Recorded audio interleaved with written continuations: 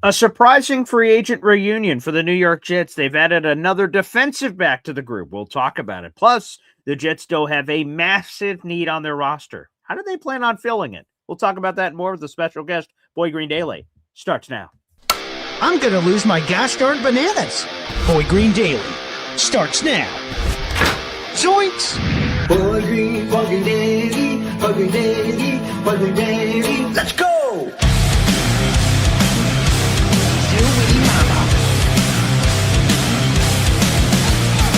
Put your seatbelts on. Get ready for the ride. We're the freaking New York Jets, and we're built for this shit.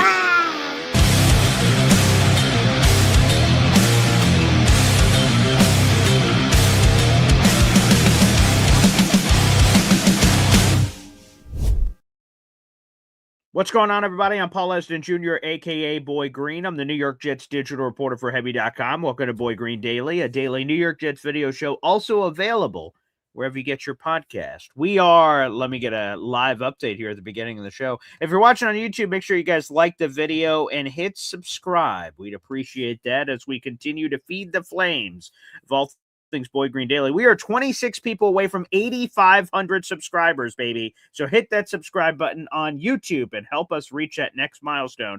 That would be sweet. Let's bring in our special guest. He joins us normally every weekend. It is Hop on Pop. Hey now, good morning, Coffee Club. There you go. And Pop, I felt like I should wait for you before I went to the gifted membership from, again, I sometimes get the dialect wrong. Who is this? That's motherfucking Chew. There he is. Hit the chimes, baby. MFC has just gifted a Boy Green Coffee Club membership here on YouTube. You could do so as well if you're watching on YouTube. Hit that money sign, baby. So congrats. Where did this membership go to, Pop? This membership went to Ronald Lake, 1031. Ronald Lake, 1031. Hey, Ronald, welcome to the show, baby. MFC, you now have 6 raffle tickets for a contest. You're tied there with Jake Asman. Appreciate that. Thank you kindly. And let's get to the brass tacks here. And again, thank you so much to MFC for gifting. Appreciate all the support here on the channel. Andre Cisco, he's back. He signed a 1-year deal with a maximum value of $5.25 million. Shout out to Connor Hughes. He gave some additional details on this deal. It has upside to 5.25, but only 1.25 million is guaranteed. It has a base value of $2.5 million, which normally means easily reachable incentives to get from that 1.25 number to the 2.5 number. But Cisco's back. Again, it's a little surprising because the Jets traded for Minka Fitzpatrick. You still have Malachi Moore. You brought in Dane Belton on a guaranteed deal, too. So now you sort of have a 4-pack of safeties here. And we still, of course, have the 2026 NFL draft. I know me and you, Pop, have special ties to one Andre Cisco from his time here at Syracuse. I covered him for the team pre-COVID when I got to be in the locker room and got to cover him in the press box and everything else for Syracuse. So I know Andre Cisco pretty intimately. We've had a couple of one-on-one interviews before. But Pop, what do you make of this deal? Yeah. Andre Cisco had some good years in Jacksonville, 2022, 2023. He had some solid years of performance. Yeah. At one point, he led the NCAA. Little fun fact. No. One season, I don't have it off the top of my head, he led the NCAA in interceptions. That word for those first season. Yeah, those words for the Jets fan is when the other team has the ball and they throw it and one of your team catches it. That is what is the definition of a interception. Yeah. And so, yes, we don't know what that is from the 2025 season. I think they overpaid slightly. He's had some declining return on investment since 2024 or so. That's the reason he was available, that we were able to scoop him up. And if you look at, I mean, literally, I think he has talent. What's the reason? You know, you can't just, like the people out there that rate quarterbacks on interceptions without breaking down the actual facts, right, of the interceptions. Was it the receiver tipped it up and it was intercepted? The receiver run the wrong route? The facts that only the coordinators would know. So was he a casualty of the terrible defensive coordinating that happened last year? Historic historically bad. Was that a factor? But PFF currently still has him ranked, in the top. He's in the bottom third, so to speak, of safeties. So I think he can bring something to the table. I think that talent is still there. So I think it's a good depth signing. I think they did overpay. If you look again at the pay range for a backup safety, it's right around the league minimum. Most backup safeties don't actually qualify for the league minimum, just for the record. You don't normally let defensive backs get that long in the tooth, so to speak. Your mother loves that saying. Shout out to Imamji. But you normally, the backup safety, is not a veteran. But yes, so I think they overpaid him a little bit. His salary, we were just discussing it, will likely end up around the 2.5 to 3 million, and that's going to put you kind of above where he should be, in my opinion. So I'm not sure why they offered him that. I would have gone veteran minimum with some playing statistical incentives, not he had a pulse and went on the field incentives. Yeah, so Andre is 25. He'll turn 26 before the start of this 2026 season. Again, his first couple years in Jacksonville, there's a lot to like. 8 picks in his career in Jacksonville. That's his rookie contract because he was a third-round draft choice a bunch of years ago. He had 13 picks in college. So, again, he's had this sort of ball hawk trait for a long time. But over the last 2 years, obviously last year he had 0. 0 interceptions and only 1 pass deflection. And he played a bunch. I mean, he started the first 8 games of the season. He only had 1 pass deflection. That's unusual for a safety, especially with his skill set, to have that kind of minimal involvement with the football is not good. And he tore his pec, and that required surgery. So the year didn't go great. He didn't have production.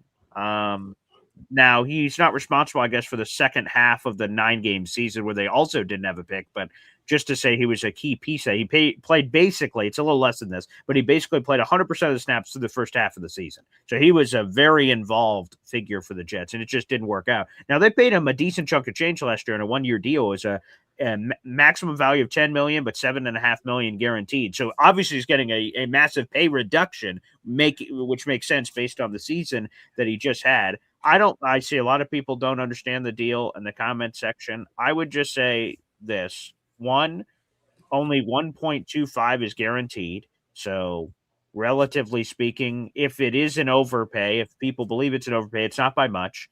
And last year he was safety 1. Right now he's like safety 4. So I also like the recalibration of that. And maybe this is the kick in the ass that Cisco needs, because getting into Cisco's head here, he signed the 1-year deal with the maximum value of $10 million with the Jets last year, thinking he was just going to ball out with the Jets and then go cash in somewhere else the following year. It didn't work out that way. Obviously, look at the money he's getting here. So now he's betting on himself again, and he's still young. So, I don't hate this signing.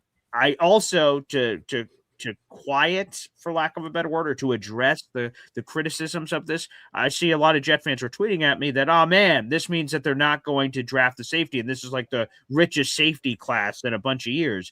If the Jets allow a safety they sign to a $1.25 million guaranteed deal to affect their long-term draft plans, then we have much bigger problems, in my opinion. Andre Cisco's presence should not change what the Jets do. Having $1.25 million guaranteed does not guarantee a roster spot this season. Now, I would say right now, based on the information we have, I imagine he's going to be one of the 4 safeties the Jets have this fall, but they could draft someone and he could get cut. That could totally happen. So I think some of that is overreacting. It is. I mean, yeah. Here's a question and then a point. Okay. My question is, I don't understand how the salary cap is impacted by incentives. And so, yes, I can explain if you'd like. Yeah, and I'll use a better example than Andre Cisco. It's like Tyron Smith, his $20 million, and I think we discussed it back then. His $20 million, when in reality it was like $6 million or $7 million, whatever it was. And so, where is that? Is that $14 million hold us hostage Is that taken off the top? So please. Yes. So I'm glad that I've done a lot of research into this. So let's use Tyron Smith. That's your good example. It was 6 million, by the way. Good memory. Very nice. Well done there. So he had a 6 million guaranteed base, and then incentives that could build it up to 20. And his were strictly, for the most part, off playing time. There was playoffs and Super Bowl. Ha ha. Good times. There's those kind of incentives in the contract, but it was mostly playing time. So let's say Tyron Smith would have played 100% of the snaps. And we'll just pretend for a second that the 20 million was all playing time incentive. It wasn't, but let's just pretend. So there's a 14 million gap. Do people go, geez, is that immediately on our books right now? No, because that would be impossible to calculate. How could you possibly, budget for something that you don't know if it's going to happen or not? So it actually hits the cap the following year. So in Tyron Smith's case, and it's a 1-year deal, so you could get dangerous doing stuff like that, because then you'd have to pay him, and let's say you bring him back, then you got to pay him again. So yes, the incentives hit the book the following year. So if you ever see that, folks in the audience, a good educational lesson here. If you ever see, and we got to have our cap guy on here to get into these sort of particulars so we can all learn better as well. But this is one that I do know, that the incentives hit your cap the following year. So again, for 2026, Cisco signs his 1-year deal. We're talking about inconsequential money, relatively speaking, because it's only a few million. His maximum value is 5.25 million. If he reached those full incentives, that extra incentives he would hit the books in 2027. Yeah, and so you put that into comparison, right?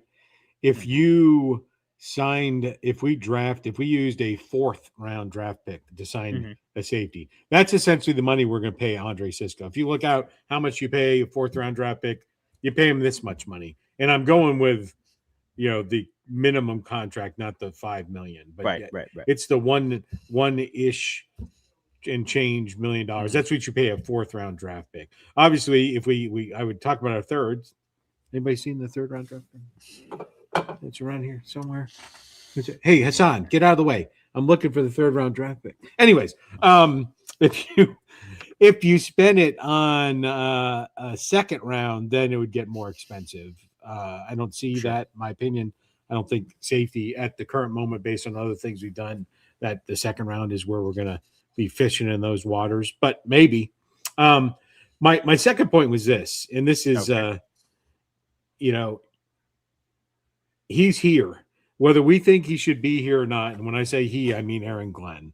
Aaron Glenn he's here. He's in the building, so to speak. And so we can all get over the fact whether we don't think or we think he should be or shouldn't be, or how long he's going to be here. The fact is he's here. And if he's capable of anything, which is in doubt, but if he isn't capable of anything, you would think it'd be evaluating secondary talent, the talent of players in the secondary.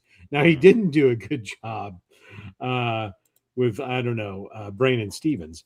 But Brandon Stevens had a nice year last year. He started incredibly low, and there was a lot of criticisms immediately, but he rounded out to being an average player. What's the difference between your voiceover at the beginning and where you settled at the end? Because you're saying you're implying that Brandon Stevens sucked. I'm saying he's good, and if we average your good and suck, that's average. So I'm overworking because you undersold him. So I'm not saying Brandon Stevens was a superstar, but I think a lot of us, because what AG said is hey, he's got the tools that I can take him to the next level, and a lot of people eye rolled. And he did not look good early. And then he turned it around. He was an okay player. I'm going a little higher register, but he was an okay player last year. Was he worth $12 million? Well, I'd have to see the highest paid corner market and sort of see where he sort of sits. But I'd imagine, well, actually, yes. So think about this. The highest paid corner in football is making over $30 million per year. He's making $12 million per year. That sounds pretty below average money. So yes, I would say we got on a tangent. What I'm saying is, if Aaron Glenn saw Cisco every day, after he was signed to last offseason, what he brought to the table, and he thinks he's willing to sign him, then I'm willing to give him the benefit of the doubt based on that. If he's good at anything, it should be evaluating secondary talent. He's been around the league. He's played those positions. He's been in those rooms. And so if he thinks it's worth signing Cisco, then I'll doubt him on a lot of things. But his knowledge of secondary player talent is better than mine or anybody in the rooms, frankly. I will throw a challenge flag on this because we've gotten this comment a lot. Jetjar and on my Twitter, on the article. Yeah, my point is that, Andre Cisco stinks. I don't think he stinks. I think he had a bad year, and his last year in Jacksonville wasn't great. So what needs to be determined, was it an Urban Meyer thing with him in Jacksonville, right? A little bit. He didn't, at one point, he forgot Andre Cisco's name when he was there, even though he was a third-round pick, Was it some of the bad coaching in Jacksonville? Was that part of it? Was it, Steve Wilkes last year? I'm not saying Andre Cisco is without blame, but he's a young cat that has shown it before. HE has said this a few times. If he's seen it on tape from you before, he knows he can get it out of you again. I think for $1.25 million, it's worth it. I know a lot of people think he stinks because and this is the difference, I guess, between me and Pop, and I'm going to rope him in here, but he doesn't have to agree with my take about me and Pop, and then the Jet fans. Most Jet fans are seeing Andre Cisco for the first time last year, and that's all you know about Andre Cisco. And you're like, wow, this guy blows. That's all I've seen. I'm telling you with my own two eyes, I've seen it on the football field before. I saw it in college. And again, I get it. College to pros, there's a big difference. But,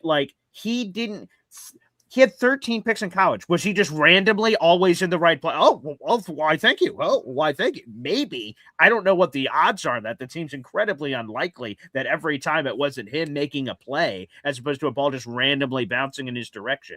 So I think he has it. We need that desperately. Obviously, last year we had a big fat goose egg. And again, he's no longer safety 1.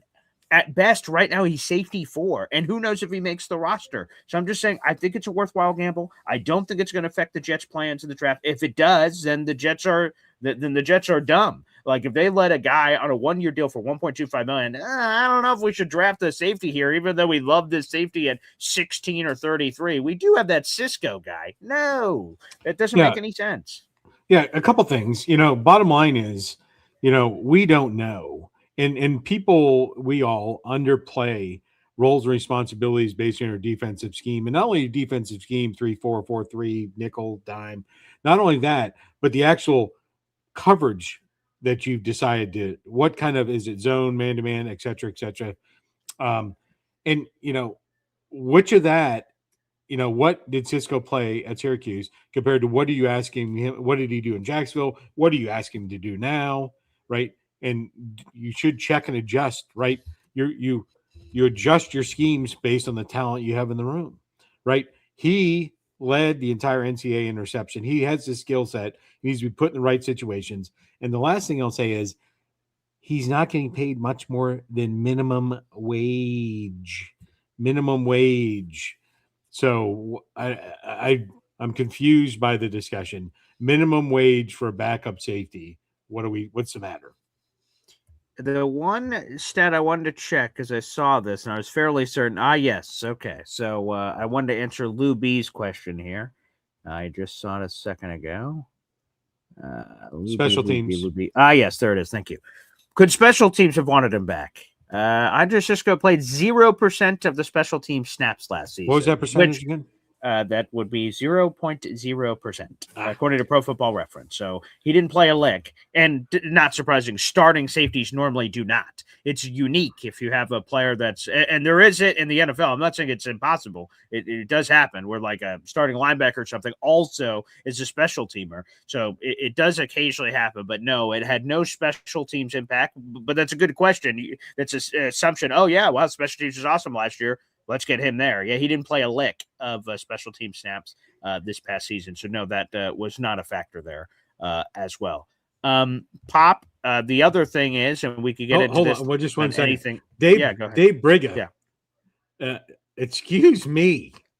Excuse me.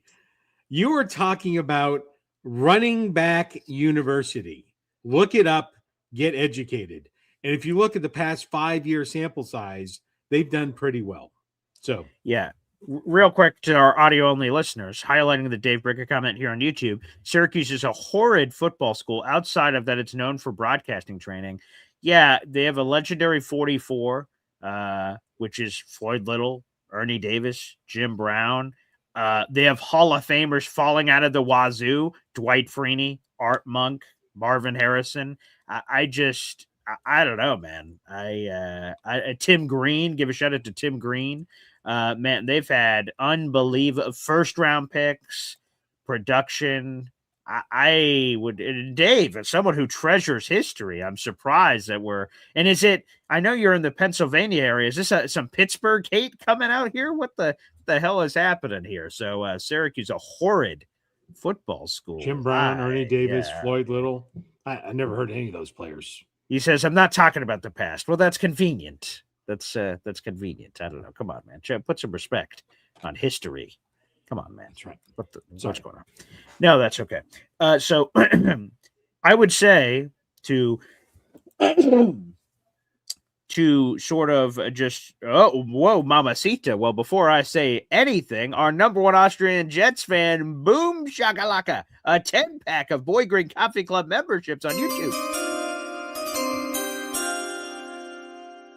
Broken this one out in a while, but let's hit it with a little bit of this. Number 44. Woo!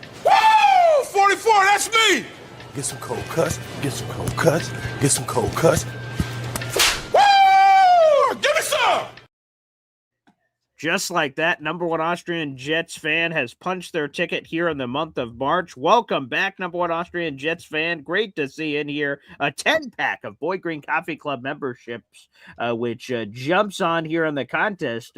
You immediately surge into second place, tied with our buddy Fastest Food Reviews and Jets Worldwide, all one word. By the way, Jets Worldwide will be joining us on Sunday's second half coverage after Matt Lombardo show. Good Lord. All right, Pop, who do we got?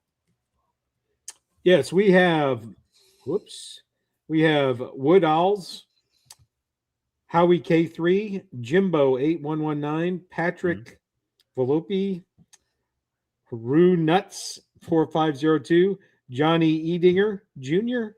1769, Keith Sanserve, Keith the Change, Phantom Lights, and WhatsApp 44. WhatsApp 44. You get 2 shout outs. Yeah, we'll see if we can bring that one back. By the way, real quick, I always love your pronunciations of these names. Do you think the guy Edinger could be Edinger? No, not at all. Listen, Balake. All right. So, easy, anyways, so ask Cam Ward how good Syracuse is. Do some, and that's ancient history, Pop. That was 2024. Whoa, that's way back. Ask Cam Ward. Yeah, right. And since 2018, and what is that, 8 years, we've had 2 10-win seasons. Like, it's different here than it is at Georgia and some of these other places. That's true. They're not quite the national power of 1987 and their undefeated season. We're a little removed from some of that, certainly, but let's put some gosh darn respect. And I love this. So, by the way, thank you, number one Austrian Jet fan. Great to have you back and hope you're doing well. I see, like, Leon in here is giving a shout out with the Syracuse Jets connection, which there are a couple. Syracuse's Rob Moore was a very good receiver, heck of a wide receiver coach, did a great job last season with Tet McMillan. So, so shout out to Rob Moore. There's been Shamarko Thomas has been a Jet. Brisley Esteem has been a Jet. There's been a few Jet Syracuse connections. Yeah, just to wrap up his response, what's one game? Well, just so you know, if you ask Cam Ward, if you went to the locker room after game, you'd see that Kyle McCord is tattooed on his ass cheek because he kicked that ass. And that wasn't just a loss. That knocked them out of the ACC championship game and the NCAA playoffs. Right, the college football playoff, right? Yeah, college football playoffs. Thank you. So not just, and it's more than 1-win seasons since 2018. Anyways, let's move along. Okay, which, by the way, Dave Briggins responded, Jim Brown and all the former players were great. Yes, modern times not the same in Syracuse. They got an occasional good player now, but overall Syracuse needs improvement. Sorry, I may have went too far. You may have? That's all right. Dave, I appreciate all the good feedback. Anywho, I would say the biggest remaining need for the Jets, they've done a lot of great work in free agency, which again, Pop, we haven't gotten your thoughts on a lot of that, so we could go through some of those. But I would say that the biggest need of the, the people at the old airplane are pointing to the wide receiver position for the Jets. And apparently, I have a bunch of stories up. I have not cranked this story out yet. It's on my list for today, so I hope we're able to get to it.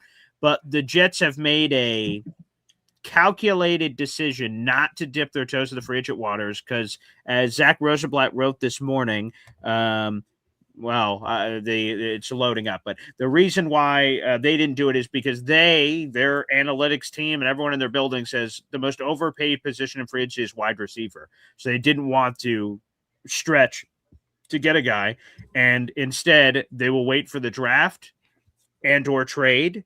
And or, once you go through waves of free agency, old Johnny Buckshoes on day one of free agency saying, I'm getting $25 million. Then a week goes by. Then another week goes by. All right, I'm getting a 1-year deal for $5 million. That seems like what the Jets are waiting for one of those guys to slip, like perhaps a Darnell Mooney who got cut. And he's just sort of hanging out there as that kind of player. Maybe that's a direction potentially they can go.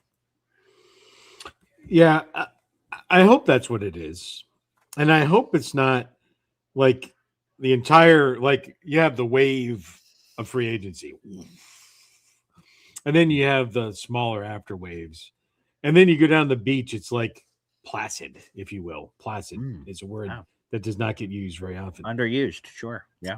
It's placid. And then you have the Jets who, instead of riding the wave or catching the wave, go put on their snorkel gear and they scrape the bottom of the ocean and fill their wide receiver room.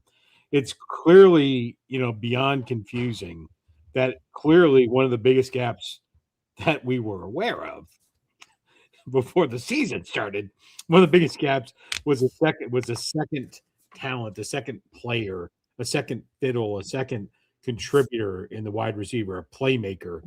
And it was just devoid. Now, would it have mattered? I just hope they don't take the same strategy because they've gone in an odd place, an odd direction. In my opinion, we could probably get to that with a quarterback. But now we do have a quarterback that can throw the ball around the yard, and we definitely need to at least give him a solid weapon. So if they have a plan, it's got to be better because last year's plan, let's see, sucked. So yeah. There you go. And I would just say, right, that play was like Josh Reynolds on a 1-year deal. I thanks for that. Yeah, so it was. I think when that happened, we talked about it on the show, and his stats were a mirror image of the future Jets Hall of Famer and Woody's favorite wide receiver, Lazard. Yeah, I think they were actually mirror images of each other. By the way, random story on Lazard here, right? So he gets cut by the Jets last year, and people say that the reason why he wanted to get cut was so he could go to a playoff team and go to a team that won now. He never signed anywhere. He remains a free agent and unemployed just as he was when the Jets cut him. So he never landed on a place, which again takes me back to the cinematic masterpiece year one. I'm a virgin by choice, not your choice. Okay? That's right. So only on the Alan tips. Lazard. Only the tip. Only the tip. He got the tip. Yeah, there you go. Let's another membership being gifted. T-Town Jet is making their name heard. Hey now. You just doubled your raffle tickets this month with a 2-pack combination. Appreciate that. Where'd that membership go, Pop? R&R Party. R&R. Welcome back to the Boy Green Coffee Club. Appreciate that. Here you go. That's wonderful. Absolutely wonderful. So thank you for that as well here on the program. Yes, I appreciate all that Alan Lazard trashing that's immediately happening in the comment section. Thank you. Yeah, feel free to sort of yeah, he's hot garbage. Poof, poof, poof. Yeah, go ahead and kick him around. That's fine. My parents died when I was 7. You want to talk about that? Yeah, I love that. I need to get that clip on the board, to be honest with you. We have 300 people in the room, including over 100 of those 300 watching on YouTube right now. Guys, like the video. That is a free way to contribute to this program. We'd appreciate that out in the audience, very much so. So feel free. We have 45 likes, but over 100 people in the room on YouTube. Let's fix that real quick.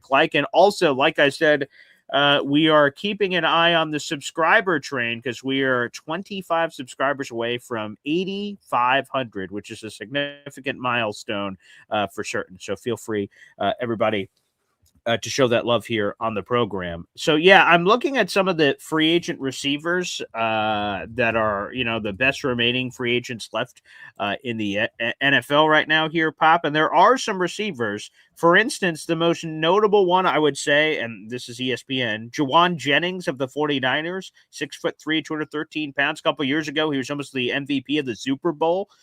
So, he's a guy that can catch and go all over the place, but he was a bag of injuries last year. I'm just going to throw a couple receivers out there. We can talk about some of them. Obviously, Stephon Diggs is out there. He was cut by the New England Patriots. I'm not saying, let me just say, as I'm going through some of these names, I'm not saying I want these people. I'm just throwing out the best available according to ESPN. Deebo Samuel is still out there at wide receiver.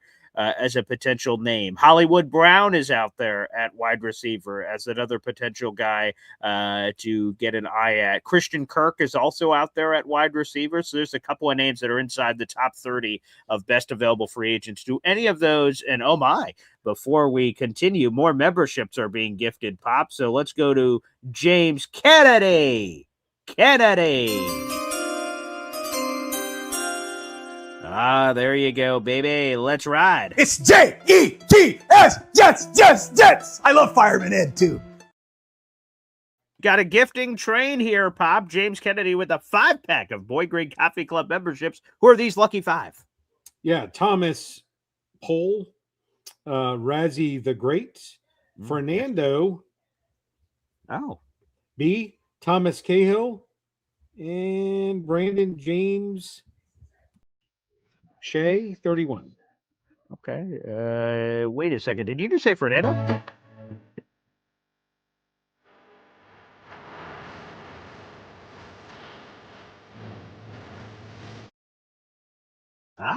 Great. Okay. Shout out to Fernando. Perhaps there is still a chance, Papa.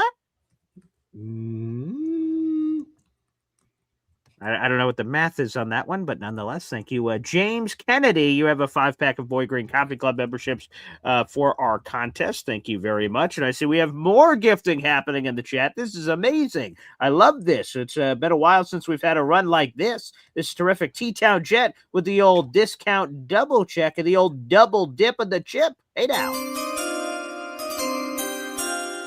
That is 3 raffle tickets to our contest. Appreciate T-Town Jet jumping into the mix. Who'd this membership go to, Pop? FL Jet Fan. Fan. Okay, all right. Very nice. That could be Ted. That could be. I don't know what his latest handle is because we're in this new handle world now, so I'm not exactly sure. But love that T-Town Jet. Thank you, James Kennedy. Thank you, everybody, for all the membership gifting so far. You guys are the best. So Pop, do any of those wide receivers tickle your fancy? Again, Stephon Diggs, Juwan Jennings, some Deebo Samuel action, Christian Kirk, perhaps, Hollywood Brown. These are some of the best receivers still out there. Still actually some names. These aren't just like, practice squad guys. There's some legitimate names still out there after the first wave of free agency here. Yeah, and it's got to be for the right price. Everybody has the right price, the opposite way for the $1 Million Man.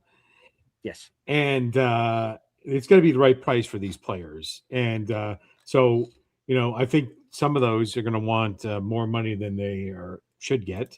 I think and I don't have the contract details, but okay. I think the Jets need to scour the wire, so to speak. And so I'll use Jalen Tolbert, for example, that he was available, a player that when called upon, you look at his stats, 4 years, 1,100-ish, receiving yards and about a 10-pack of touchdowns. That's the kind of player, that when he's been called upon has succeeded, has played well, and is, so that's the kind of, but the ones that you mentioned, I'm shocked that Stephon Diggs is ranked as high as he is on the available free agent list. Yeah. What is he on this list? Let me see. He was top 5 for sure, I'm pretty sure. He's number 3. Yeah, 3. On the list. On the best remaining free agents, yeah. Best remaining free agents. It seems a little high, seems a little rich. I'm shocked that he's significantly above Deebo Samuel. So I believe He had a with good the year Jets, last year, right? Like, what was Stephon Diggs' number with the New England Patriots? Like, I remember. I mean, I haven't thought about it till right now. Yeah, last year he had 85 catches, 1,000 yards, 4 touchdowns. It's pretty good. yeah, I think we passed the wave of where the Jets are going to pay for one of those, pay that much money for a wide receiver. So you got to look a little further down. I think like a Tolbert, if I had signed, instead of the Dolphins, if the Jets had signed him, you're not really signing him to come in and be the wide receiver too. But there's a potential there.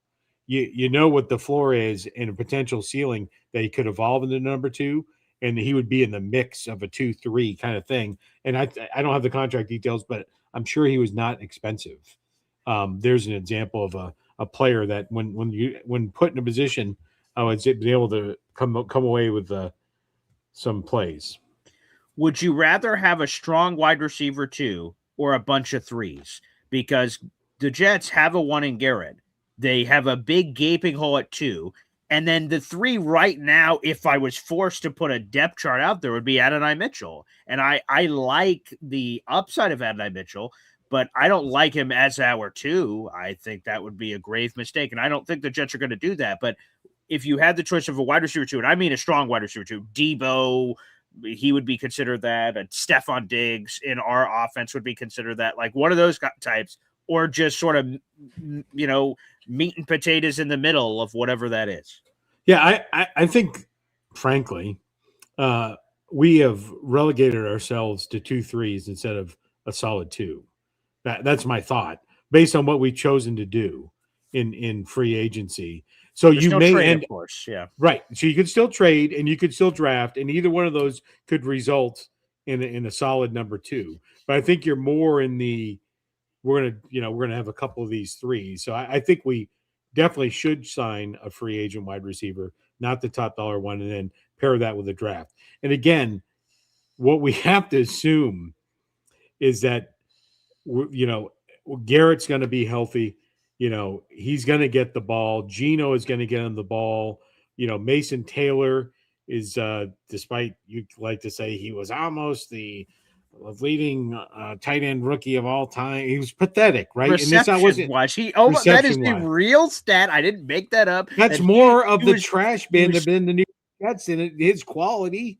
He was 3 or 4 catches away from setting the single-season rookie franchise reception record. That is a real I've got the history books behind me. He was very close. Very close. Okay. But anyways, he can only be better. So we need to put weapons around Geno. That's the key. It wouldn't have been easy street for Geno with the talent that we had last year. I think we would have had more wins. We clearly would have had more yards passing than 25 yards a game. But, with the weapons, it wouldn't have been, what Geno can fully bring to the table. So we need to give him some help. But I think Mason Taylor, Garrett Wilson, when Jeremiah Love trots out there on the cover of Madden 2027, putting weapons out there. And I think a signing and a drafting will kind of fill out the weapon room, both Jeremiah Love and one of the top wide receivers. Hey, sometimes a couple of 3s can make a 7 look better. So, if you start doing math in the receiver room, sort of like a pyramid-like effect here could take part. That's right. By the way, Yo Holmes, Fannin would have been an excellent draft pick last year. I roll. Good for him. And hey, by the way, speaking of tight ends, David Njoku is still out there. He's an athletic marvel. You want to add a receiving weapon and that's available? I don't want him. No. I don't want him. David Njoku. Come on, man. I like him as a player. I think he's got, we like to call it the Breece Hall syndrome. Well, wait in free agency, and then the price goes down naturally. The Breece Hall syndrome. It's like the Stockholm syndrome. I'm sure we'll get to that here before we get to the phone lines. Mr. Famous Fulton says, Pauls, what are your favorite flavors of pie on National Pie Day? For me, it's easy peasy. It's pumpkin pie. I love pumpkin pie. It's got to be made right. Sort of have to graze the fork off the top of the pie, see if the texture is right, the consistency is right. Whether you go cold pie in the fridge, you leave it room temperature pie. There's a lot of possibility. The crust, what's the crust? And then when you cut the slice, and you sort of are holding it up in the air before you blade on the blade, how does it hold its structure? Is it structured properly on the pie? There's a lot of factors, but pumpkin pie, when done correctly, is the best kind of pie. Yeah. So Boy Green, who's got the most limited palate on the face of the planet Earth. I is wouldn't call also it limited. He's got selective. like 3 things on his menu that he'll eat. But those 3 things, he's like Gordon Ramsay on steroids when it comes to. He's like, he in the past, I can remember one Thanksgiving one time that Imamji almost eliminated him from existence as he was talking crap about her pumpkin pie because it didn't meet his standards. But I digress. I was just being honest. Again, I thought that's what we were here for, honesty. And I was just, honestly, it should be a thank you for making me a pie. I think she took the constructive criticism to heart because her pie the following year was markedly improved. She just took a butcher knife out of the thing down below. I could hear it. Yeah, it sounds like she's sharpening it. Yeah, she is sharpening it. Well, because she's going to cut up the potatoes that she's making me for. Oh, that's. Hey now. Nice. But anyways, can you answer Mr. Famous Fulton's Yes, question? I do like pumpkin pie. It's up there, but on a less frequent basis, it doesn't get enough play. Okay. Pecan Yeah, that's the one I wrote. Nice. Okay, good. That doesn't get enough respect. So pecan pie. And just for the record, isn't it pecan? You don't have to for the uneducated. See, it's okay. Room temperature, cold temperature, consistency. You cut it out. It doesn't freaking matter. Pecan pie is chef's kiss. So is it pecan or pecan? Yeah, I just told you, pecan. Okay. All right, no, just it's not pecan.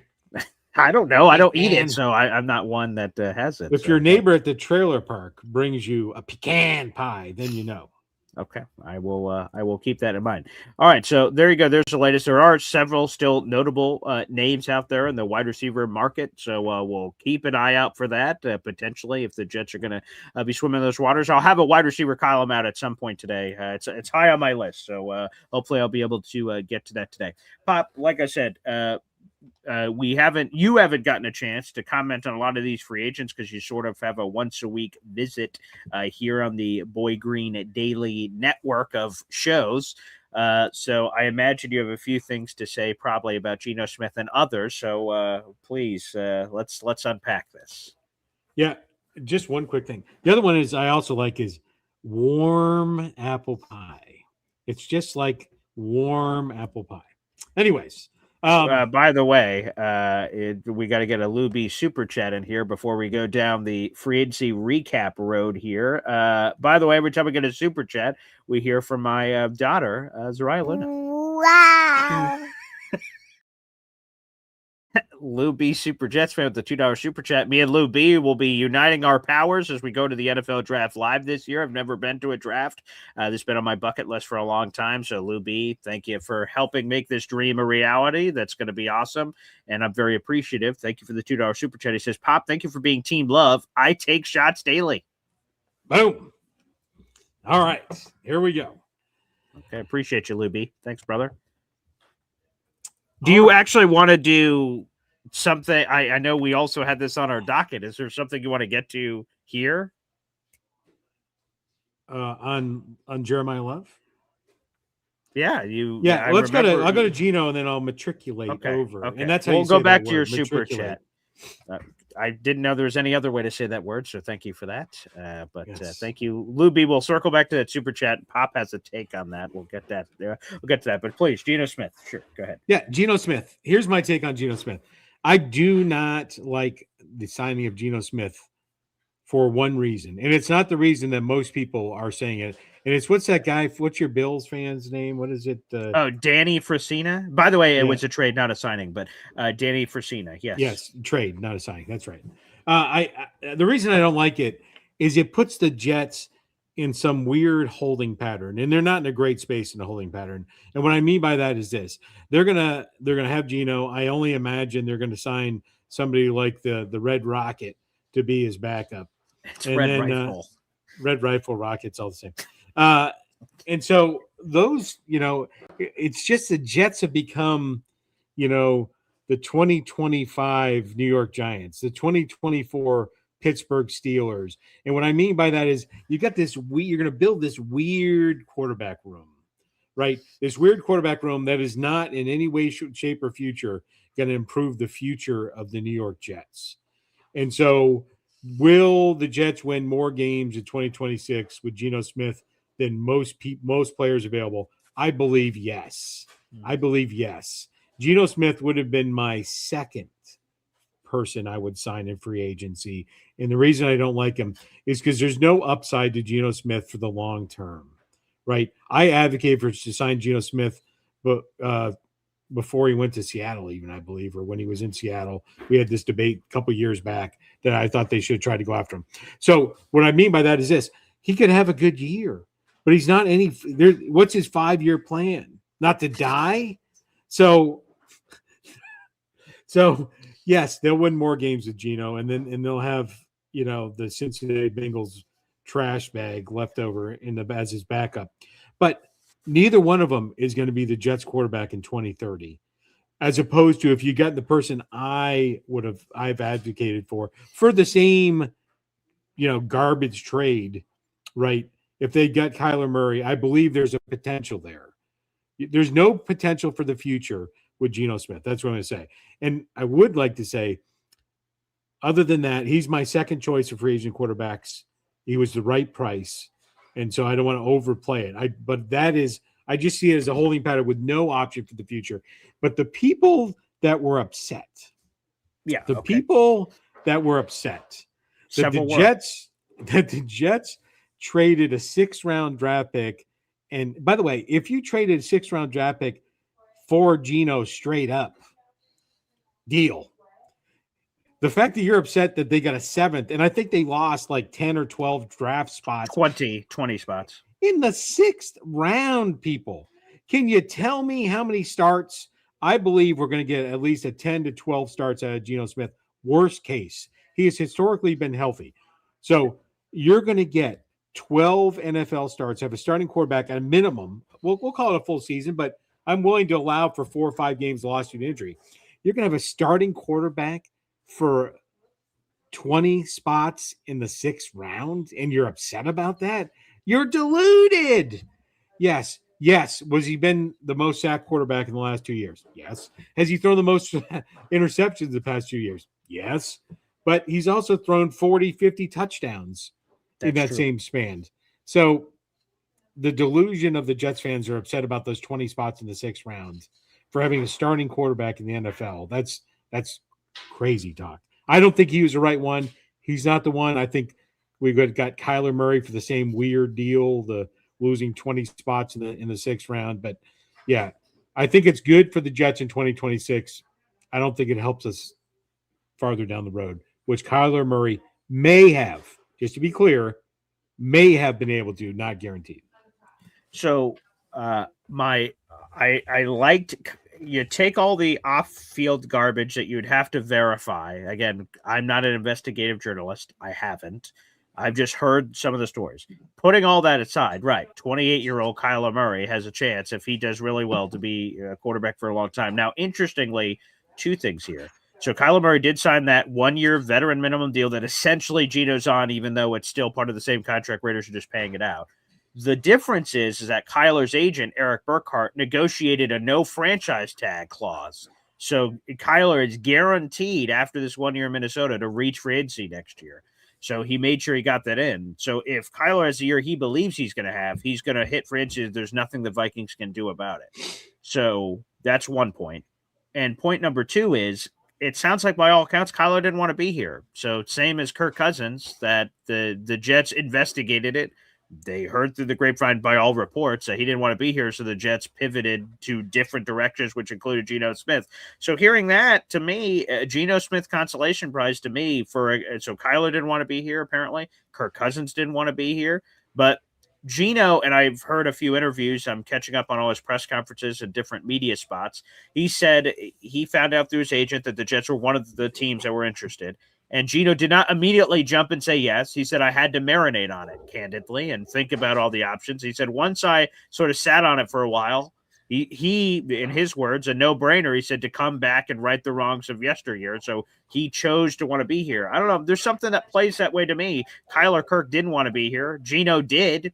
I want a guy that wants to be here, and the numbers aren't that bad, as we've sort of discussed the last couple of days. You look at the numbers beyond, obviously, what last year was horrible for him. He's still a near 70% completion percentage, and there's still numbers you can like, but for the most part, the interceptions and taking too many sacks, that part was terrible. Right, and, at some point, the Jets blame a lot, or Boy Green blames a lot of the statistics or lack thereof of the offense, and he places it squarely at the feet of Justin Fields, not at his feet, outside the closet door.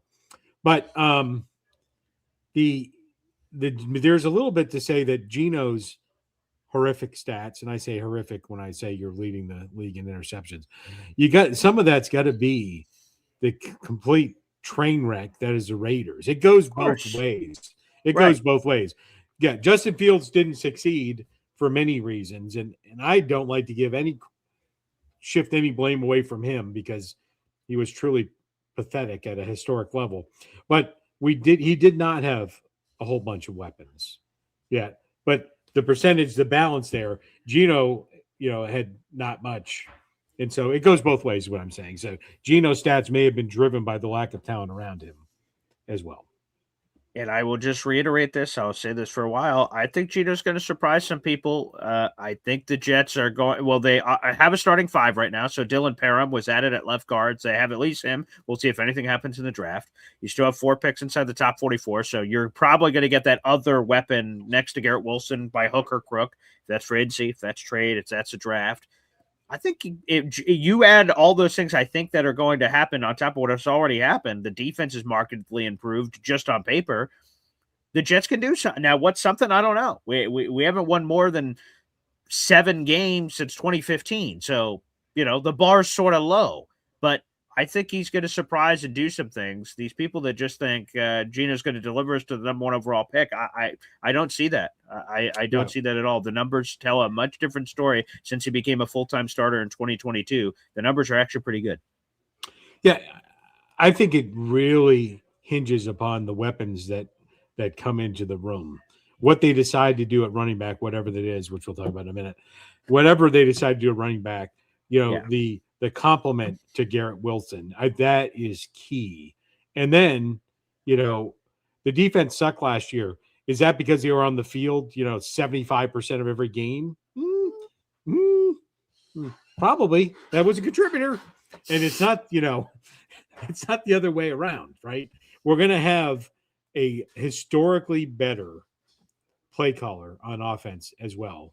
Because it couldn't be worse.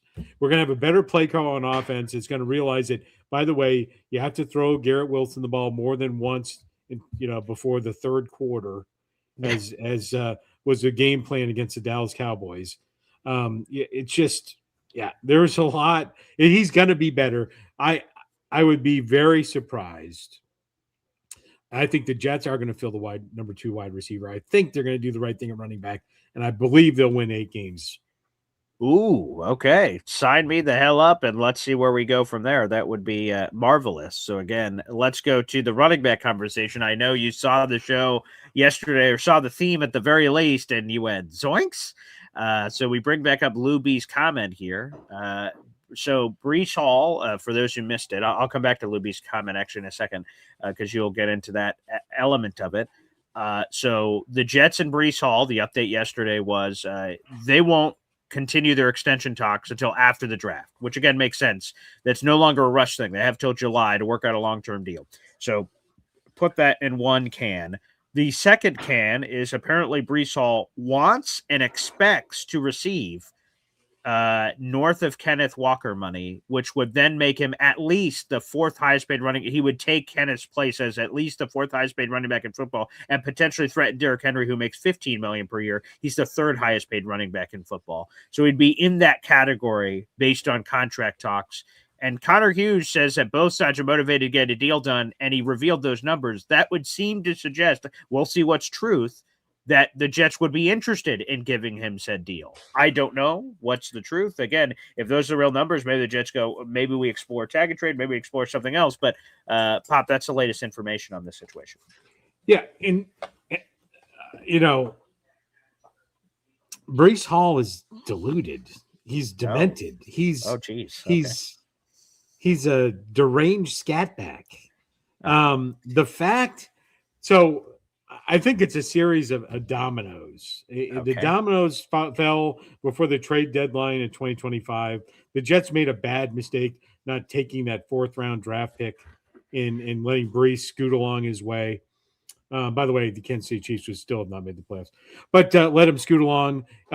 Because of that, they convinced themselves, well, we're not going to let him get away for nothing, driven by the Boy Green mantra. And then they listened. They used the most expensive franchise tag. And here's where Breece gets – so the Jets made a mistake, and then they overcompensated for that mistake. And now Breece, in some crazy world, thinks he's worth more than – like every Jets fan, and I could be wrong, but from the pulse of listening to the show, hearing the other Jets insiders, when they signed with that $14 million, they're like, well, that's fine.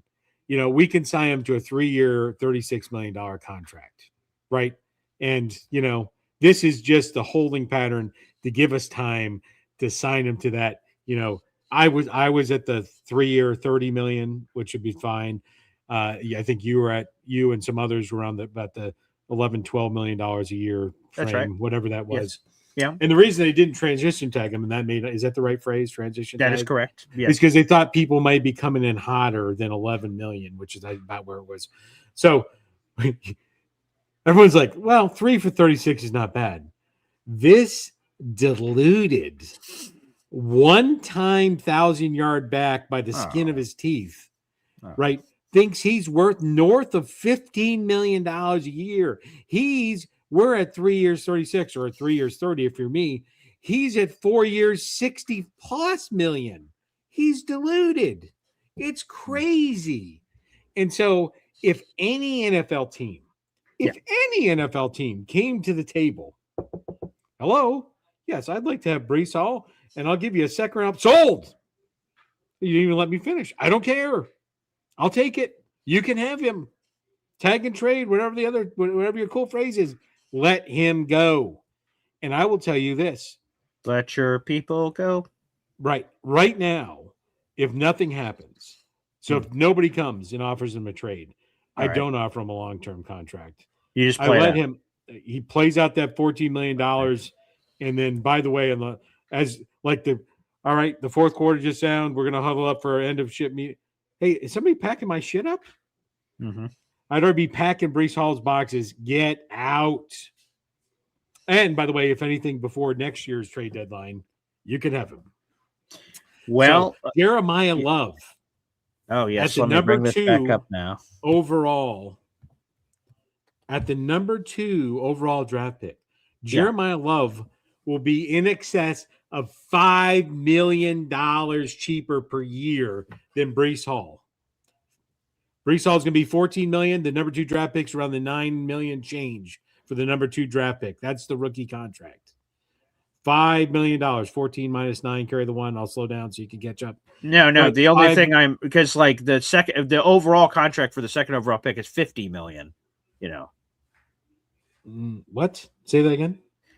The contract, whoever the second overall pick will receive, is for $50 million for the whole contract. Yeah, I'm talking about the 1 year salary cap hit. I'm aware. I'm just saying, but Jeremiah Love isn't signed to a 1 year deal. Like it's all guaranteed when you're the second overall pick. Sure. I'm just putting that out. I'm talking about the ingredients for a pumpkin pie, and you're talking about something completely different. I agree with you. that's a rookie contract. It's going to be fully guaranteed for the number 2 overall pick. The 2026 cap hit is $5 million difference. That's what I'm saying. And very much like Kenneth Walker,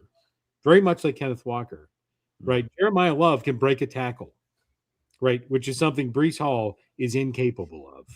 And again, I was fine signing him to a reasonable 3-year contract, but there it is. But he is deluded.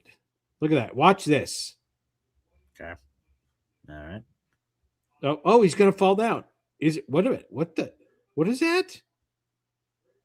Chugging the feet. Mm-hmm. Keeps churning and burning. Yep.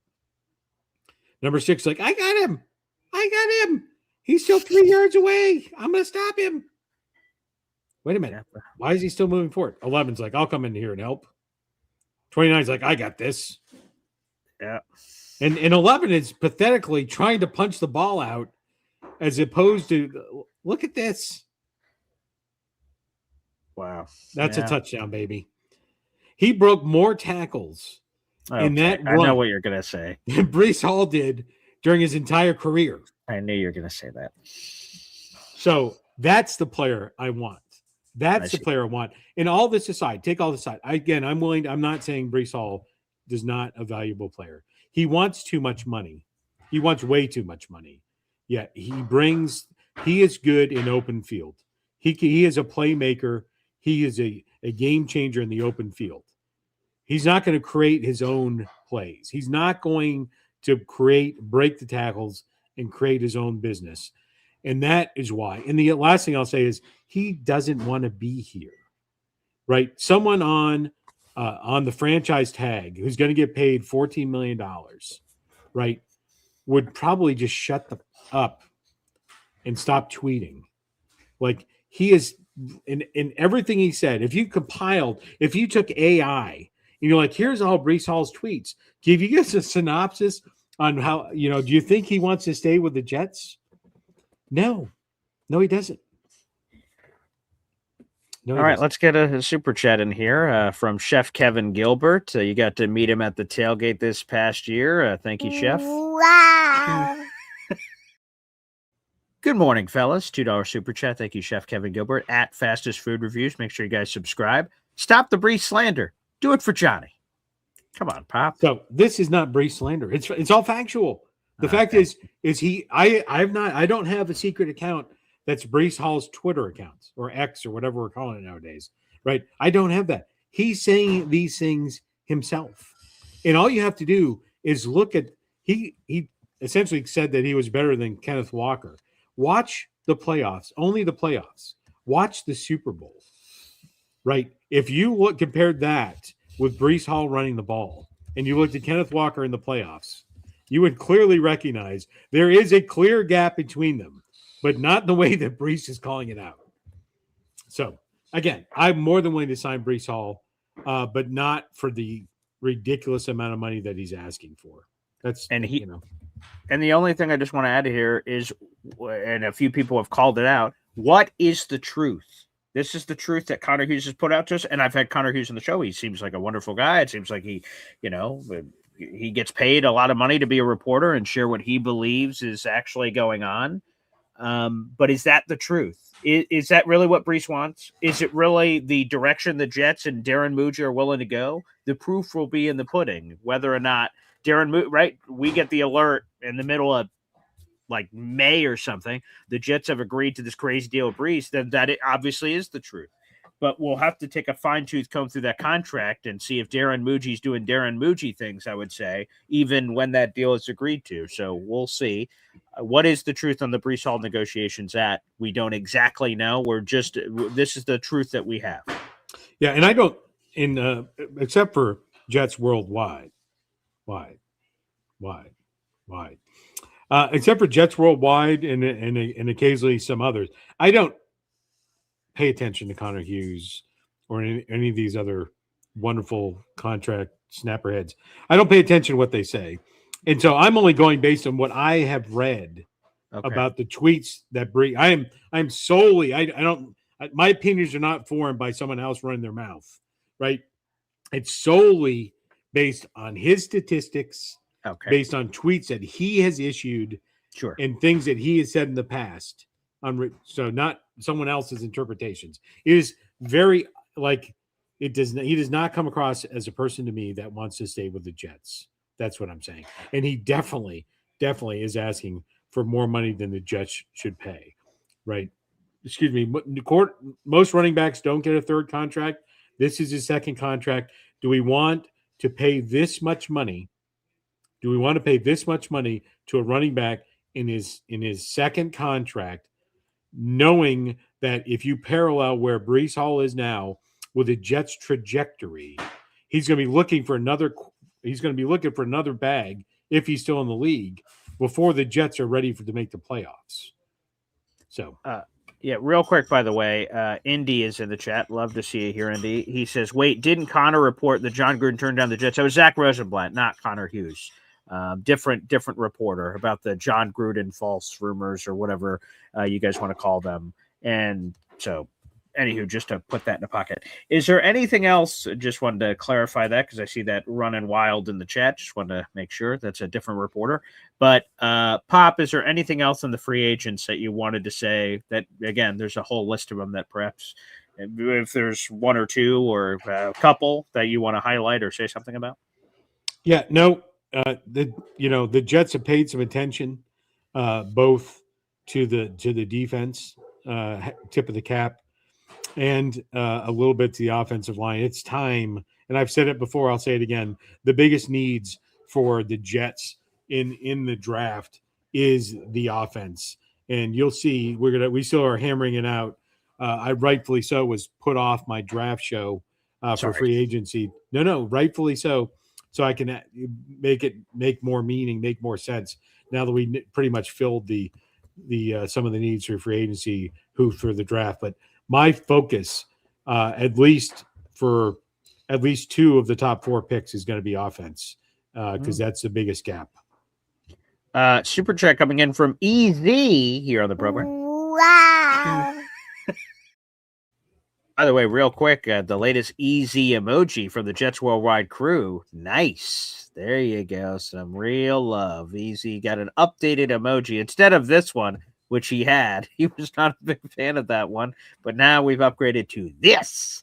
So there you go. Very nice. I got the glasses. It's a good touch. I think we need to have AI merge those two because neither one looks that easy. Yeah, I don't know if that and that. I don't know what that merge would be. I'm not sure what the fusion would be for the Dragon Ball Z fans in the audience, but nonetheless, I like the new one. The new one's cool. The new one is cool. There's just some easy vibes there with the shades. That's a nice touch. I like that. The rocker. $2 super chat from Easy he has 2 raffle tickets for our contest. Thank you. His line is this in the sand: no more than $11 million per year for Breece Hall. That's his line in the sand. And your line is shorter, right? You said 3 years for 30. So yeah, I just don't think he's worth 11 million. But I was okay. I think we would have had options. We've really put ourselves in. We pushed all our chips in with the franchise tag that we selected.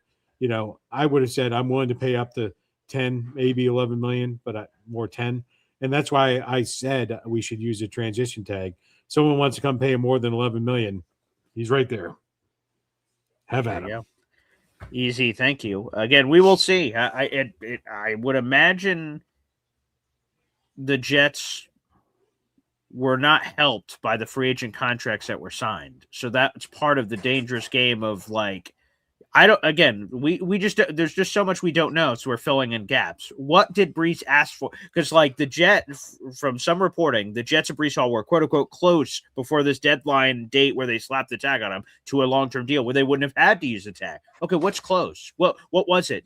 Has that number since changed? Did Breece say he was cool with, I'm making this up, 12 or 13? And they saw Kenneth get basically 14 and a half and go, whoa, yesterday's price is not today's price. Did that happen? That I don't know. That these are, again, things that we're all just sort of putting out in the ethos.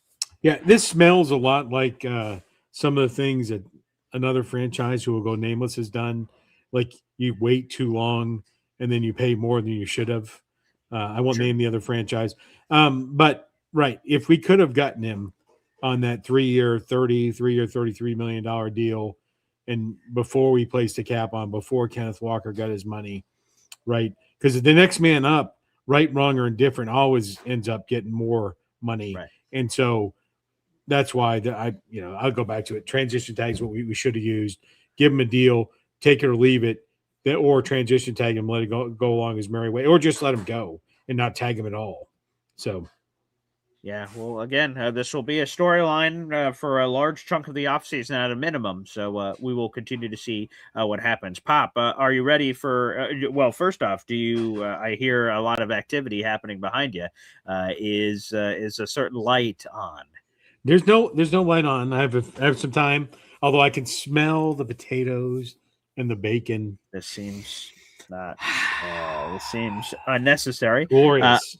I will say this because I see people saying in the chat, like our buddy E. Mannon here, 2172, hit the like button. That is the free way to contribute to the show. We have 500 people now in the room, so very appreciative when people tune into the show every morning. This is a live Jet show, daily video Jet show every single morning. Plus, like I said, if you pay attention to our YouTube shorts, every time the Jets make a move, they lose a key piece, gain a key piece, a big rumors going on. I address that and normally have an article attached to it to give you guys the latest information. So make sure you guys hit that bell notification as well so you guys don't miss those videos. Of the 500 people in the room, 150 of those 500 are watching on YouTube right now. So guys, like that video. And again, we're 25 people away from 8,500 subscribers. So help us get there. Tell a friend, spread the gospel.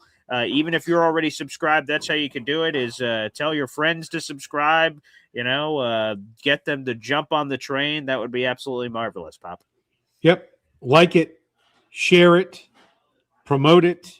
Let's go. People, we have close to on the way to 10,000. But the only reason it's not 100,000, it's because we need to spread the good word of the gospel of Boy Green. By the way, I think the first, if you get one of those fancy YouTube plaques, it's 100K. So, hey, that'd be cool one day. That was never on my radar, but, once I reach 10K, then what? Do you just, well, that's it, everybody. God bless. Thank you. And do you just shut it down? No. Okay. A little plaque. That'd be cool. The old YouTube gets some legitimacy. Huh? That'd be sweet. And today you got free tickets to the gun show. Yeah, you like that? I definitely wouldn't have done that. See that action? It looked better. Yeah. It looked better when you didn't actually show all of it because, Yikes. Yeah. Tickets to Gun Show, all 500 of you. That's why you're here. You came here for that? No, there's some Jets talk on the side. You're welcome. All right, we'll hit up the phone lines and we'll be right back. Some more of this next. 1, 2, 3. Whoa! Boy Green, daily, fucking daily. Talking Jets football, man. Boy Green daily, fucking daily. The New York Jets Football Club. Offense, defense, special teams, watch Jets football with Boy Green. Everyone, J-E-T-S, Jets. Boy Green, fucking daily. Talking Jets football, man.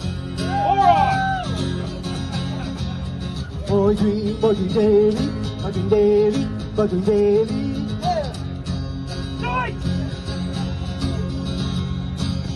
Offense, defense, special teams, watch Jets football with Boy Green. J-E-T-S, Jets. Let's go! Hey, you heard it from Hep, baby. Welcome back to the program. We appreciate you no matter where you're watching. The phone lines are now open. That is, of course, youtube.com/@BoyGreen25. Welcome to the program. This is Big Papa Pump Daily. Whoa now. Bum shakalaka. We got some of that action happening, huh? The old Scott Steiner train. I should have brought the chainmail out. That would have been a nice look. I could switch the hat out, huh, Pop? What do you think? Yeah, absolutely. Natural. Absolutely. Definitely natural. There you go. Oh, yeah. He was purely Scotty. natural. Actually, if you showed like a time stamp of him through the years, it's definitely natural. Yeah, that's it. You just got to keep stacking, baby. You just got to keep stacking, which is absolutely brilliant. All right, let's go to the phone lines. The phone lines are open here. Again, that is youtube.com/@boygreen25. We stream live on Facebook, YouTube, and Twitter. And shout out again to the people that rewatch the show on YouTube and also listen to audio-only version. If you do want to call into the show, that is on YouTube exclusively. We go to the phone lines. Oh, boy, there could be a little bit of a battle here, a little bit of a beef. You guys were, these two dogs were barking at each other earlier. Let me get out of the way. Dave. Hey, what's up, gentlemen? Good morning. What's going How you doing? How's everybody this morning? Doing great. I love the hat. Oh, yeah. Well, look, the other side says I don't want to put it on. Tasmania. Oh, I see. Oh, yeah, there you go. Oh, you're definitely turn keeping that it around, Boy yeah. Green here on the show. I Great. didn't want to put it for Boy Green. I appreciate that. Thank you. By the way, are you guys okay with the whole Syracuse football thing? Is everything okay? Oh, I got no problem. But you guys are Notre Dame guys. You crushed them like a bug. Yeah, that's true. Didn't you crush them like a bug? I've been a Notre Dame fan for in excess of 50 years and a Syracuse fan for about 16 to. Because moved up to the area, so there was a little bit of cross-pollination. Season ticket. That wasn't a cross, man. That was just an annihilation. What was the score? 100-2? What was that? We've actually watched Notre Dame beat down Syracuse in the Carrier Dome, in Yankee Stadium, MetLife Stadium, and at South Bend. Yeah. So we've seen them beat them. Many pretty bad. It's a weird affinity. There's no question. I mean, I get that Syracuse has an occasional good player. You know, there's no disrespect. It's a good school. You know, it's just not. It's not a football school. You know, per se. That's basically that's what I'm trying to say. Certainly not recently. No, I know it's a basketball school. I mean the Carrier Dome. That's not a football stadium. I see that when I drive by. It just looks like that's all they do is play basketball in there. It's just. I remember the old days when who was the coach? Ben Schwartzwalder and Jim Brown was playing. They played outside. Syracuse should be playing outside football, not inside. Northeast teams don't belong in it. That's just an elevated basketball arena for Jim Boeheim. Yeah. You know? By the way, Syracuse football has had more success lately, and they may have more wins per season than Syracuse basketball. Yeah, it's been tough. Syracuse basketball is not the same since everything changes. I guess you know? They just need some kind of revival.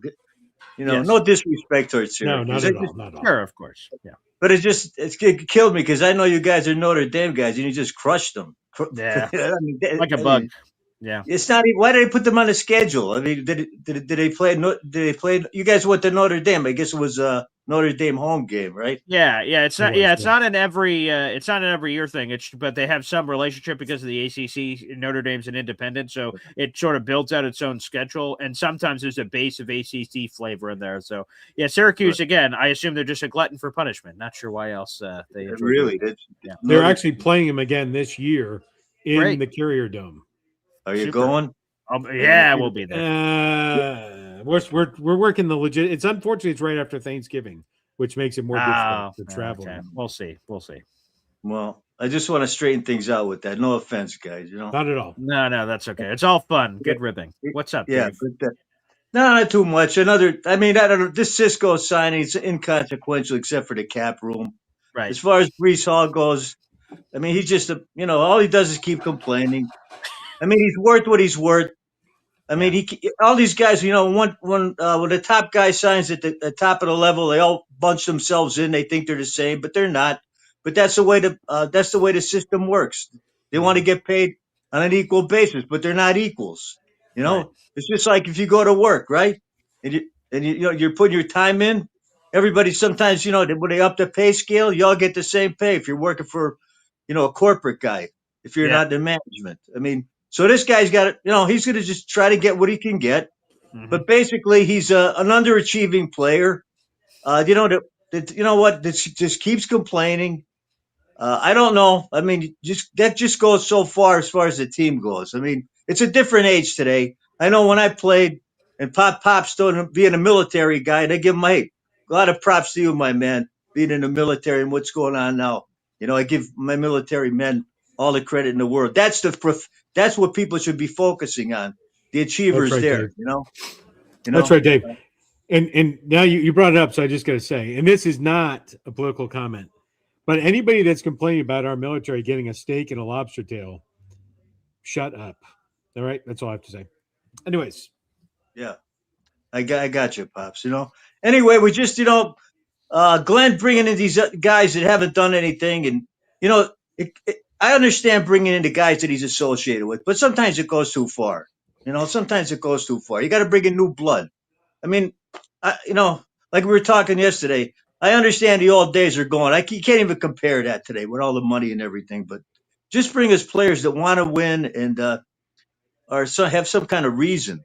Sometimes they just don't have any reason. I don't know. We just need to move forward with guys that want to win, and it's a team game, not just an individual game. I know it's about the money and everything else, but what are you gonna do? We're stuck with this Glenn.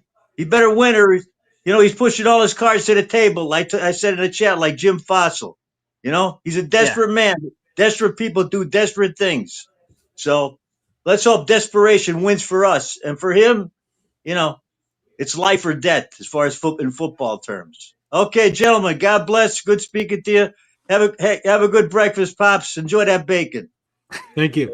Dave Briga joining us here on the program. Pop, before we go to the phone lines, I've just received some new information that we need to unpack here on the program. If we can, I just got to pull this up real quick. We just received. Yes, here it is. Okay, Pop, so I'm assuming you know where this is about to Yes, go. I do. Okay, well, we have breaking news.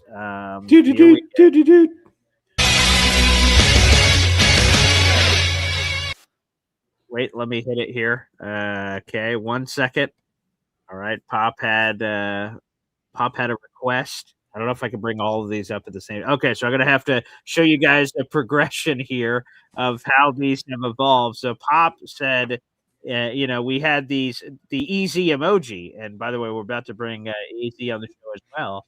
And it's been an evolution. This was the one that Snowball originally made for Easy. Well, actually, I mean, the original one had beautiful brown goatee, and then some powdered action happened here for Easy. And Easy's like, "Come on, man, let's get an update," and it updated to this. Awesome, sweet. The rocker vibes are clearly here. And Pop, you said, what would happen if you merged those two things? Like, what would we be sort of dealing with here? So, Pop, we have the evolution here. We have a very talented person behind the scenes that has made these requests. Okay, it started off here on the merge. All right. Okay. There is Jared B, our moderator in the chat, got us here, and then he gave it another spin in the cycle. We got to here. Okay. A slightly different version, and now we ended up here. There we go. So, your thoughts on this merge? Yeah, I like it. I like it. Well, let's go to Easy. Easy, this is what Pop requested here.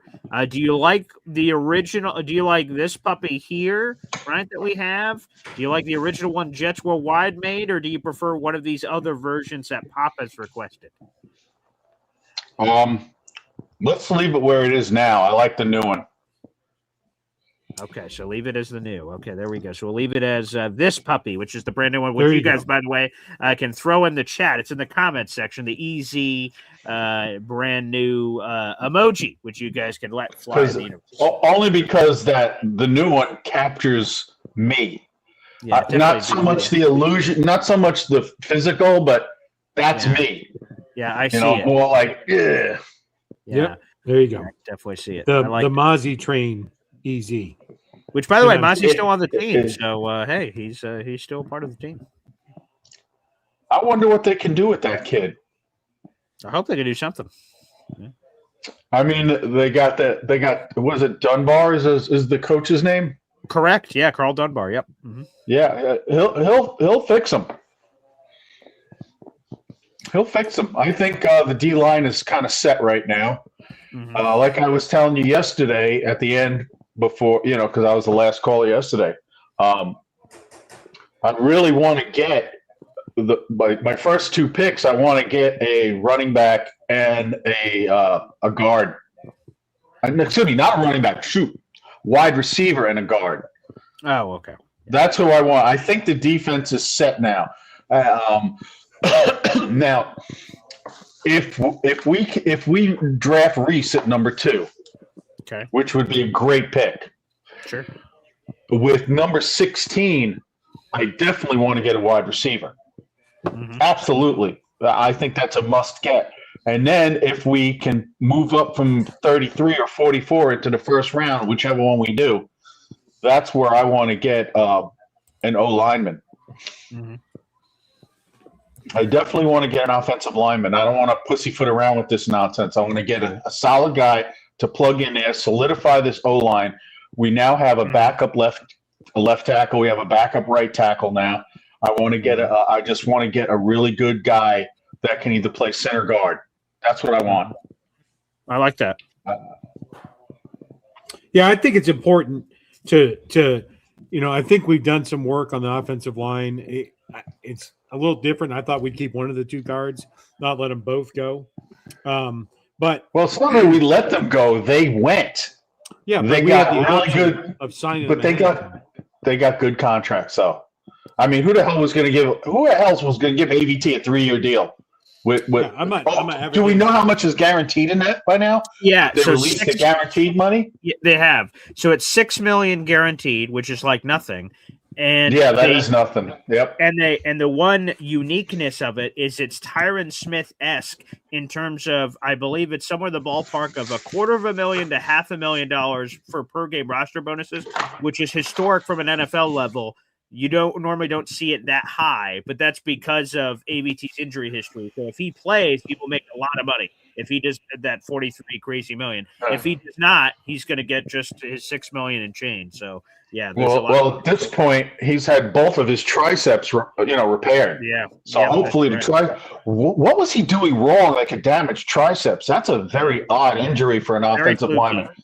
That might have been technique based.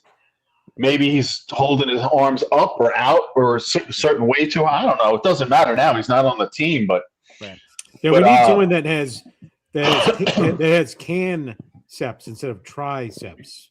I see. Yeah. But having an offensive line is very important. Clearly, Geno Smith is one of the most sacked quarterbacks in the NFL.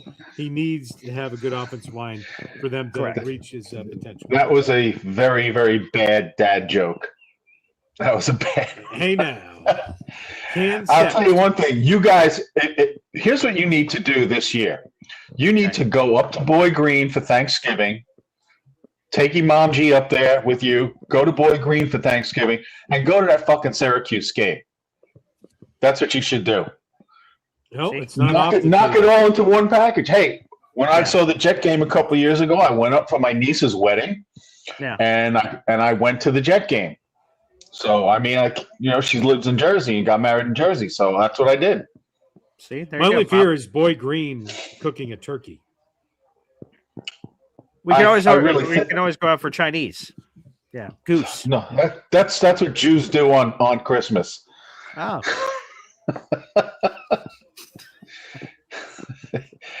Hey, ask Bob Letter or ask anyone else on the show.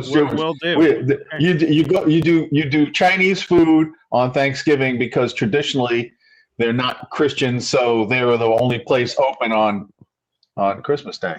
Oh wow! The more you know. Many years of that. It's a tradition. Okay. Wow. Thank you, EZ. I appreciate that. I was unaware. By the way, the thoughts and commentary of our callers do not reflect the institution of Boy Green Daily. Amen. Next caller, Kyle Clifton's here on the show. Kyle. Hey, gentlemen. How are you? Good morning. Top of the morning to you. I will give Dave this. Syracuse is traditionally in the last 40 years or so a basketball school. Yes. Before that, certainly football. I don't think I've ever been to the Carrier Dome for either a basketball or a football game. only for a concert. Nice. I don't even know where you go pre and post game now, because all the Who'd you see for the concert around here? I saw the Living Color open for the Rolling Stones in 1989. Wow, on steel cool. wheels. All right, nice. All right, good. But all the places that you would go before and after the game, from when I was at Lemoyne Cross Town, are now pretty much gone, except for Fagan's. They And still have varsity, right? Yeah, Fagan's and varsity, and I'm trying to think of that's right. I will tell you that the largest tailgate at Syracuse is in front of the special education building. And if you think I'm joking, I am not. I am not. That is odd. That's the locale. That is crazy, but that is true. Yes, I don't know what's going on there. Yeah. So I want to push back on something that Eddie was saying a little bit, because, although Harrison Phillips is versatile and Onyemata is versatile, and we really don't know what we have in Mozzie Smith, if anything. Right. Totally. Harrison Phillips and Mozzie are all, out of guaranteed money. So if we see somebody in the draft that we think is a clear upgrade, I think that there is a possibility that we could hit the defensive line again, especially the fact that, we might be looking at a 3-4 end, someone who would play a 3 or 5 technique in that formation. Do you have someone in mind? I don't right now. I just think that there are guys out there, and with 4 picks in the top 45, I don't think it should shock anyone, especially if they feel like they could go to Harrison Phillips and renegotiate or extend him and make it make a little bit more sense financially. But Mozzie, Mozzie was a throw-in. He hasn't shown enough. No. He's a guy you could probably bring to camp and, have this other guy that you draft and some of the other guys you've brought in push him, and then he's a guy who could get pushed off the bottom of the roster. Yeah, because maybe you could add if Ruben Bain starts to slide, maybe you grab him at 16 or somewhere in that world. So on top of whatever you do at 2, like Arvell Reese. So interesting. Yeah, you're thinking that he would be a guy that might rush the passer right. on passing downs, right? Mm-hmm. Yeah. Yeah. I don't love Bain for our multiple looks. I think that he's not getting past solid at 4. You're probably right.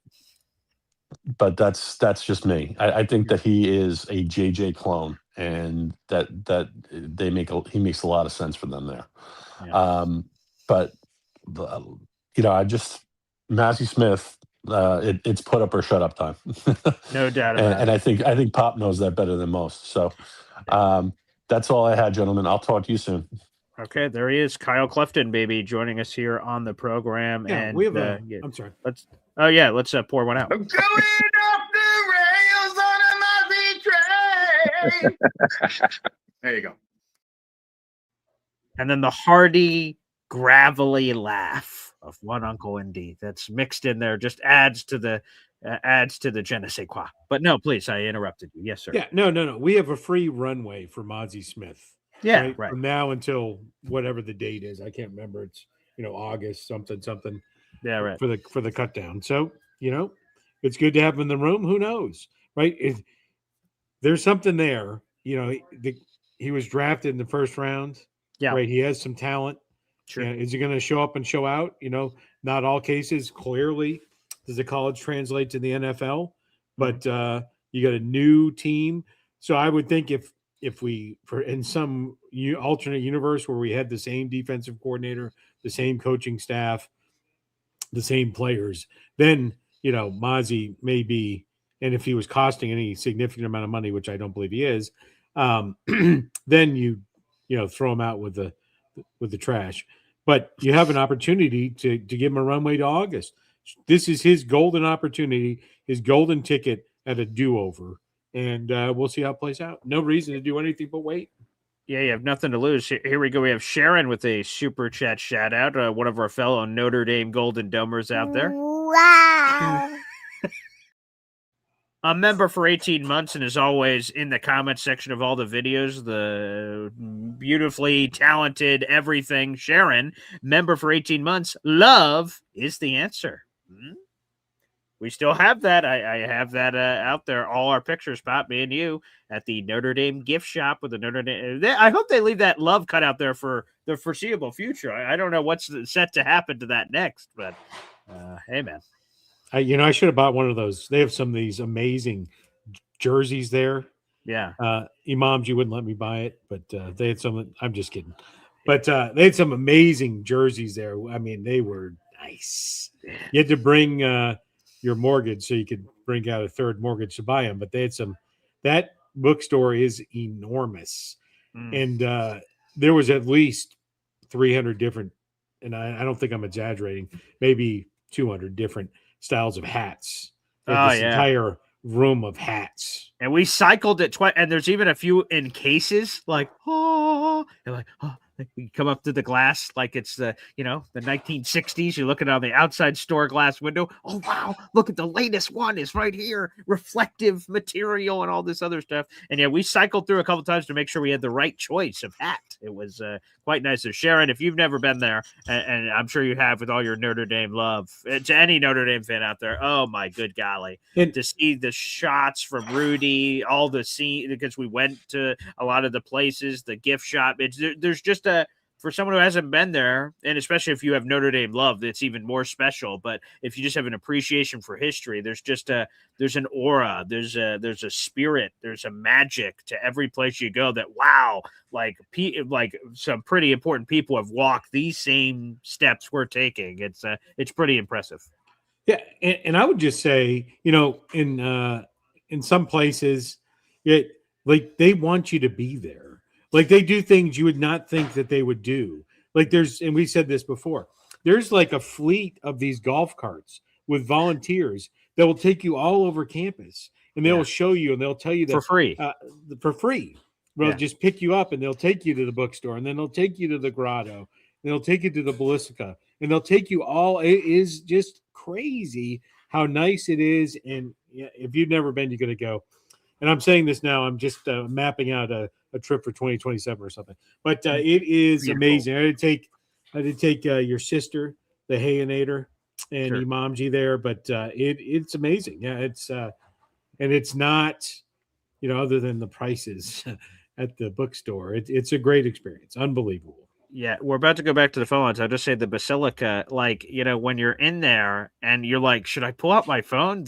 Feels very heavenly. This feels very next level. Like if I just go snap, because we have that Chuck Liddell story where my flash was on, and oh boy, that could have gone a different way. So you don't want the flash on in the church, but like people are praying in the churches. You're like, wow, like it's a touristy attraction, but people are praying for very serious things, and at the same time they're seeing all of it. It's pretty magical.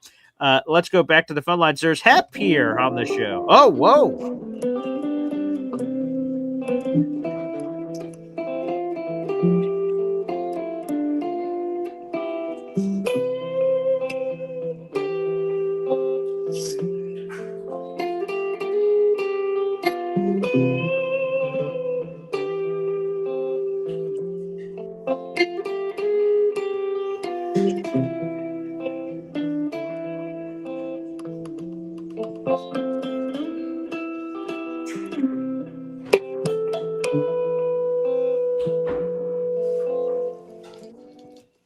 That's it, guys. Woo-hoo-hoo-hoo. Oh yeah. Yeah, that's one of those old. That's a song called Sleepwalk. That's like from the 50s. That's when you used to have those instrumental songs. You don't see those too much anymore. Anyway, yeah, that's when you used to hold the girl and dance. Remember those old days when you actually touch a girl and you dance? They got to bring that back.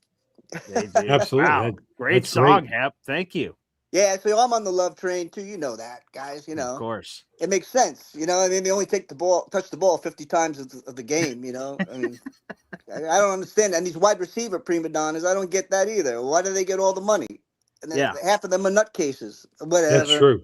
Definitely true. We're There's more lucky, though. We got nutcases at feedback. that one than the other one, right? Yeah. Thanks, guys. Peace out. Okay, there he is. Hep. Wow, that was beautiful. All right, Pop, before we wrap up the show, do you want to take on one more caller here? Maybe.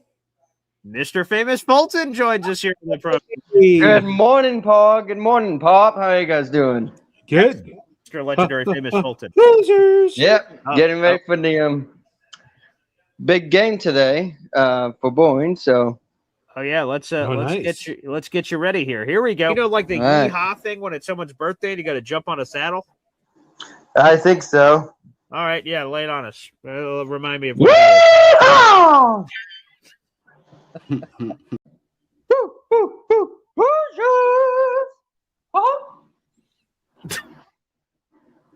Mr. Famous Fulton. Are you He's on his way. up? He's getting ready to bowl 300 today. Ooh. Yep, I sure am. All right. Maybe nice. over 5 games, but he's going to hit 300. Hey, Yep, I like I that. sure will. Yep. There you go. So yeah, tomorrow I've got an audition for Annie the musical. If you guys want to hear the Oh, please. the Yes, of course. audition Yeah, for lay it on that us. song. Okay. I remember the way our sainted mother would sit and croon us her lullaby. You don't get there by playing for no, but you roll the dice. Mother dear, we know you're down there listening. How can we follow your sweet advice to easy street, easy street, where you sleep till noon.